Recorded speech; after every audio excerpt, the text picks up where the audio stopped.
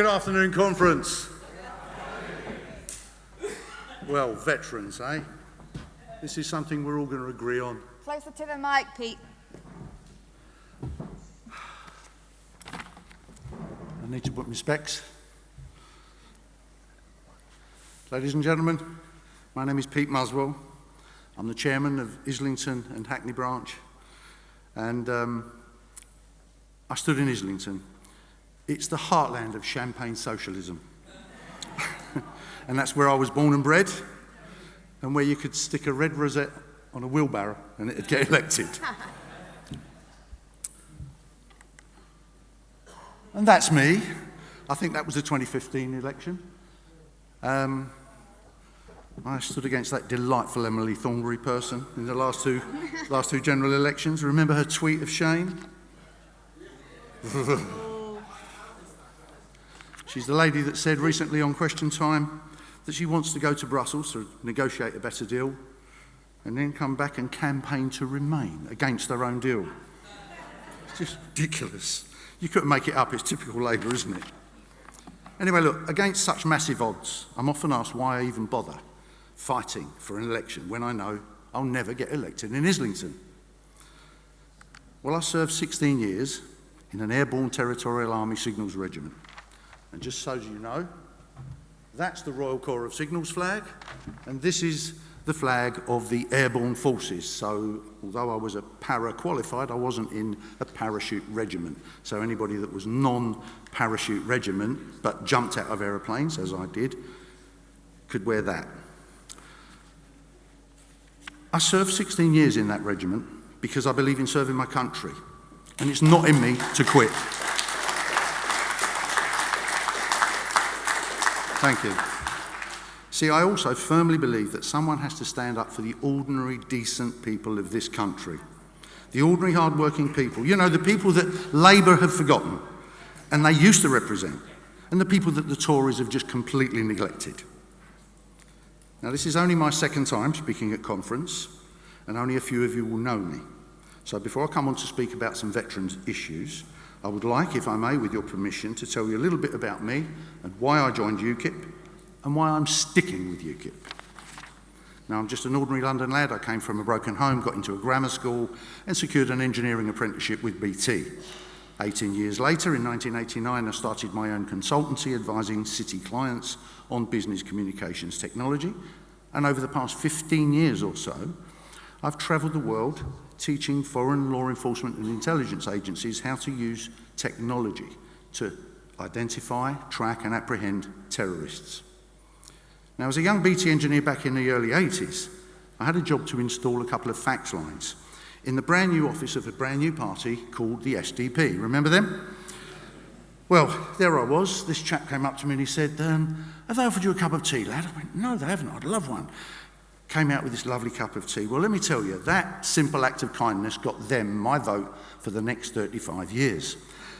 I had no idea about that party's policies, but I knew he was a nice chap, I knew they weren't Labour, and I knew they weren't the Tories. I assumed and hoped that they represented the middle ground. Now, they say that most people get into politics over a single issue. For me, it was in 2009 when my elderly mum's luncheon club had its funding cut by Islington Council. For many of those elderly ladies, it was the only time they got to see another living soul all week. That was our Christmas party. And Emily Thornberry and the mayor usually turn up to get their photo for the local gazette. And then I usually say to them, so where were you the rest of the year when we were down here dishing up dinners? Anyway, I was fuming. So having voted Lib Dem for 35 years, I joined the party.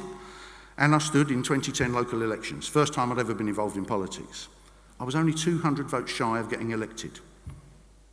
They asked me to stand again in 2014, which was about the same time that my party's beloved leader, at the time, Nick Clegg, challenged Nigel Farage to debate our membership of the EU. And he got his arse royally kicked. You might say I had been radicalised by Nigel Farage. I quit the Lib Dems, I joined UKIP, and I've not looked back.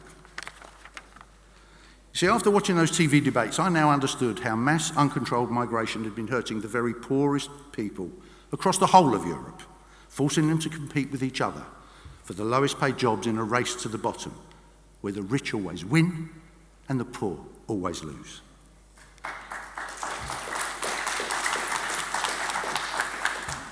By contrast, poor developing countries, non-EU countries, were being badly hurt by EU common external tariffs that severely hindered their efforts to trade their way out of poverty. Nobody blames anyone for wanting to come to this great country for a better life. Both my sets of great-grandparents did just that. Russian Jews on one side, Italian Iranians on the other. My wife is Anglo-Indian. My daughter's married to a Jamaican. And I've got 3 wonderful mixed-race grandsons.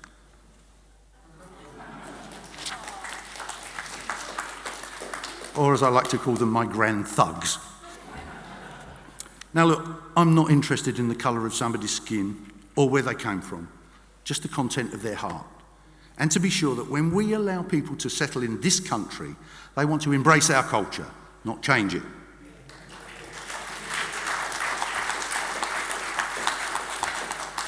However, we have brain-drained skilled professionals from poor countries while simultaneously exploiting their low-skilled workers for cheaper nannies, gardeners and baristas. Never even heard of barista until about 15 years ago, had we?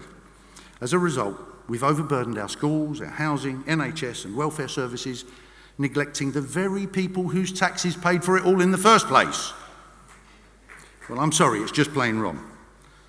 I've lived on the same Islington Council estate for 37 years and I've run our community centre for much of it. Many of you will have attended previous leadership hustings there.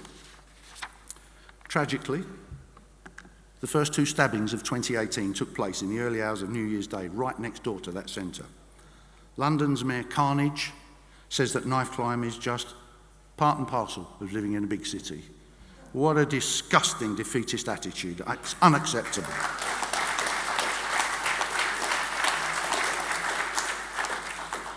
Statistically, because of the colour of their skin and where they live, my grandsons are more likely to become involved in gun crime, knife crime or drug dealing than any other group.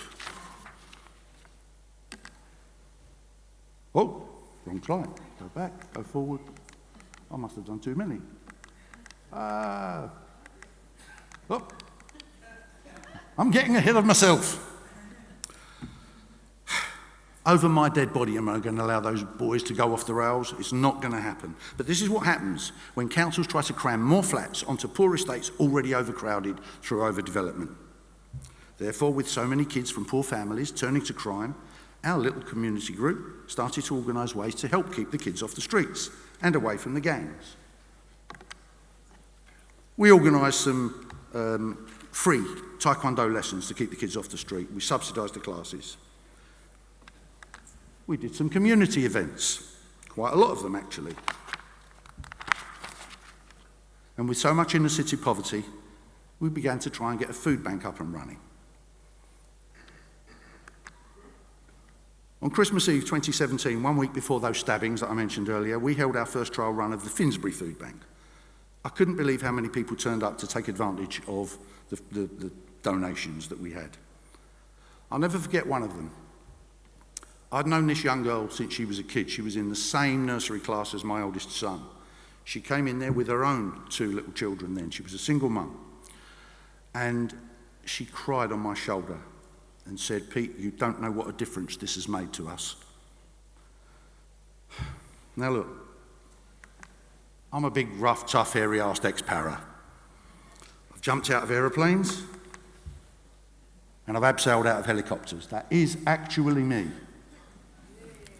1970, keep... don't. 1970, keep calling, they want that moustache back.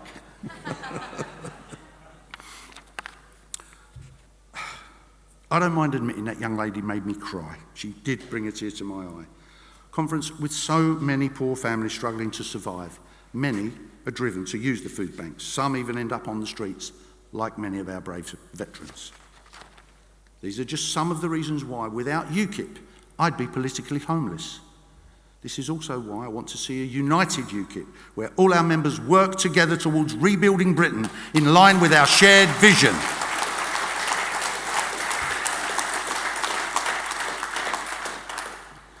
In my old regiment, we used to joke that the most dangerous thing in the British Army was an officer with a map.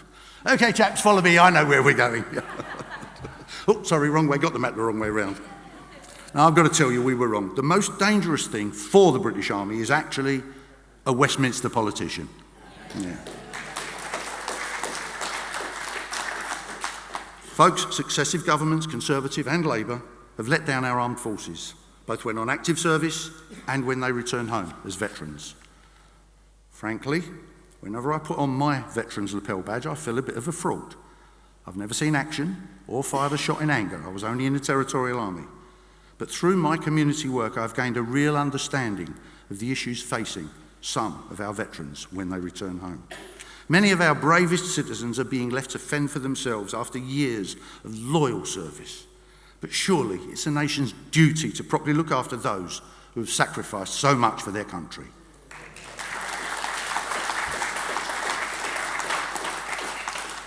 Now, I don't know how many of you have heard of PESCO, so let me tell you a little bit about this EU monstrosity.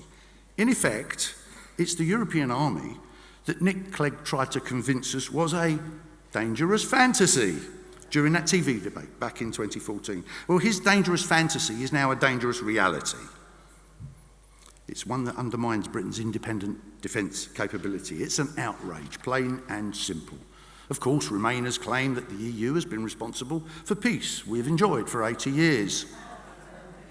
No matter how much they try and pull the wool over our eyes, we know that it's NATO, not the EU, that has been responsible for maintaining that peace.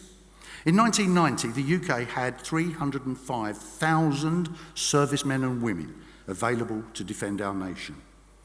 That's more than double what we now have today. 2 weeks ago, on September the 2nd, Veterans for Britain organised a briefing by Lieutenant Jonathan Riley at the Royal United Services Institute.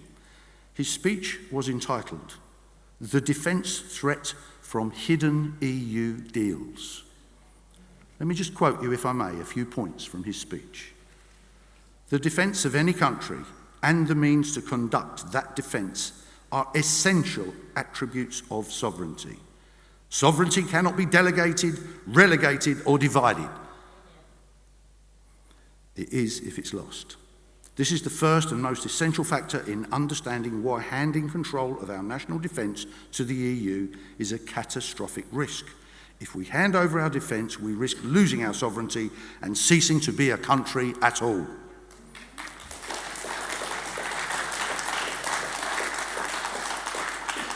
The General went on to say, "During the negotiations, the May government sought to lock Britain into various EU structures created in order to establish control of Europe's defence by the EU Commission. These include the European Defence Fund, the European Defence Agency, and the Permanent Structured Cooperation Mechanism, PESCO. Joining all these structures would tie our defence and defence industries into, and I've lost my place, defence industries, and indeed foreign policy, and would do so by legal binding treaty. Thus, under EU law, the ruling jurisdiction, we would be structurally, politically, diplomatically, and financially tied into and subordinated to the defence architecture of an unaccountable body, the EU Commission." He concludes by saying, the bottom line is that whatever exit deal we reach, including WTO rules, we have been enmeshed in a system that removes our sovereignty, our defence over our defence forces. We can only take back control with an explicit statutory instrument that breaks this control from Brussels. The following week, Monday the 9th of September, Lord James of Blackheath asked a question on the EU Defence Union in the House of Lords, and was afterwards threatened with the police, told to retract his comments, and is facing demands to resign and remain silent on the issue from now on. Isn't that disgusting? Away with the House of Lords. If the Romaniacs get their way, we will lose our sovereign rights for the command and control of our own defence, and even, some believe, our security services. Aside from all this, our military resources have been seriously and continuously depleted. And just like our other two key services, the police service and the National Health Services, they are constantly running at full stretch. In January 2003, the BBC reported the National Audit Office as having said, more than half the soldiers in the British Army buy their own kit because the standard issue is inadequate. That's disgusting, isn't it? Well, with repeated cuts in defence spending over recent years, this situation hasn't improved, it's got worse. And the way we treat them after they return home is absolutely scandalous. In December 2016, the Telegraph reported Phil Shiner of Public Interest Lawyers brought thousands of allegations of historic abuse against British troops in Iraq that forced the government to set up the Iraq Historic Allegations Team that has pursued criminal investigations against war veterans. Almost all of those claims are now known to be unfounded. Well, at least he got struck off. And in fact, the chief exec of the Solicitors Regulation Authority said, we welcome the Solicitors Disciplinary Tribunal decision to strike off Professor Shiner, who has been found to have been dishonest. He went on to say his misconduct has caused real distress to soldiers, their families, and to the families of Iraqi people who thought that their loved ones had been murdered and tortured. More than £30 million of public funds were spent on investigating what proved to be false and dishonest allegations. That is a lot of money that could have been spent on housing our veterans instead of hounding them.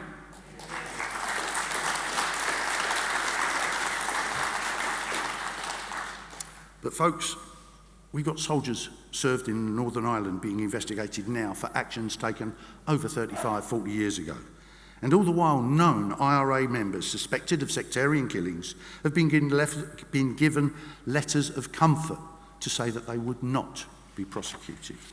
Did you know that Soldier F actually went on trial in Londonderry this week? I haven't even mentioned our loyal brigade of Gurkhas and the shameful way in which successive governments have refused to grant residency to Gurkhas whose service to this country ended prior to 1997. Which is just some arbitrary date, some bright spark in the government plucked out of thin air. The moral cowardice of this government is beyond belief. They have failed to challenge the politically correct dogma that persists throughout Westminster, allowing genuine virtues like honour, integrity and natural justice to be replaced by virtue signalling. They have failed to challenge the common purpose agenda which has permeated the upper echelons of our government, police and armed services.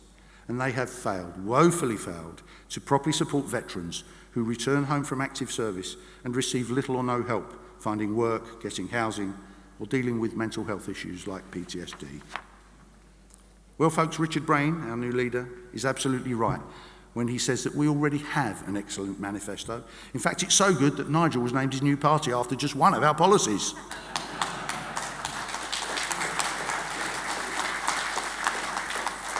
And wasn't it a pleasure the other week to hear Sajid Javid announce a couple of weeks ago that they intend to copy yet another great UKIP policy to create what they're calling an Office for Veterans Administration.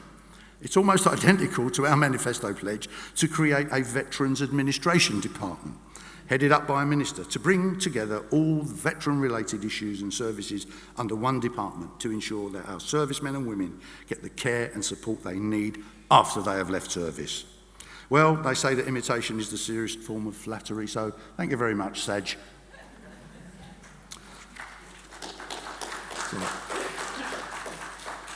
The true patriots of UKIP will never forget the sacrifices our veterans have made in the defence of our realm. I'm angry because these brave men and women have been treated with such disrespect, harassed and threatened with prosecution for so-called historic crimes. I'm angry that heroes who have put their lives on the line are denied the proper tools, equipment and support to do their job. And I'm angry, now I'm bloody furious, that they come home only to be forgotten, left to rot on the streets of Britain, with many reluctantly forced to beg for handouts, some even taking their own lives. It's heartbreaking that soup kitchens around the country are filled with veterans. Without a home, they can't get a job. Without a job, they can't afford a home. We abandon them to a vicious circle that leaves many spiralling downwards into a life of depression, destitution, and despair. So what would a UKIP government do? The Lib Dems aren't the only people that have got ambition. We can have some ambition too. What would we do? Well, 1, we would fully resource our military assets and personnel. 2, we would guarantee a job for all those who have served for a minimum of 12 years, police force, prison service, border force, something like that. 3, UKIP will change the point system for social housing to give priority to ex-servicemen and women returning from active service. Quite right too. 4, we will issue a veteran service card to ensure that they are fast-tracked for mental health and other services if needed. 5, by extending entitlements to services recruited from overseas, servicemen recruited from overseas, particularly ex-Gurkhas. 6, by issuing a National Service Medal for all those who have served in the armed forces. This actually means that on Remembrance Day I would now get a medal because I only served 16 years and I never qualified for the long service medal because you had to do 18 years. So that would be quite nice. But finally, and I think we have to credit Gerard Batten for this idea, we will create a Boots to Business scheme to help lift these neglected heroes out of poverty and set them on the path towards financial independence and security, to which I believe their past service justly entitles them. Conference, for the way in which our veterans have been treated so far, our politicians should hang their heads in shame. But, ladies and gentlemen, there is no shame in being proud of our country or to serve under its flag.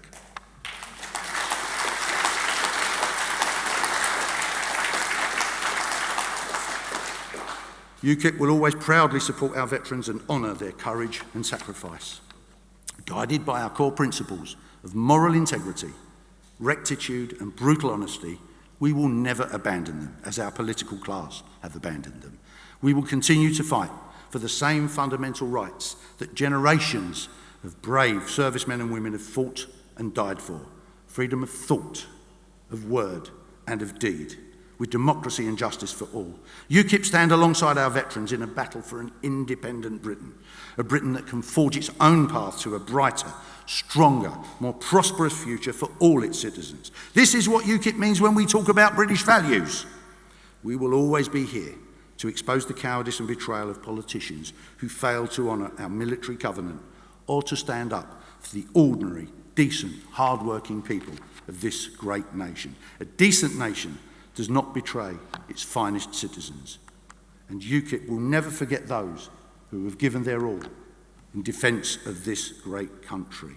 Conference, I pray that through our steadfast belief in these core values, coupled with the honourable principles of self-sacrifice, service to nation, and putting country before party, we can sow seeds of hope in the garden of the future so that our children and our children's children can inherit a better, happier and safer world, thanks in no small part to our superb armed services and our wonderful veterans. Thank you.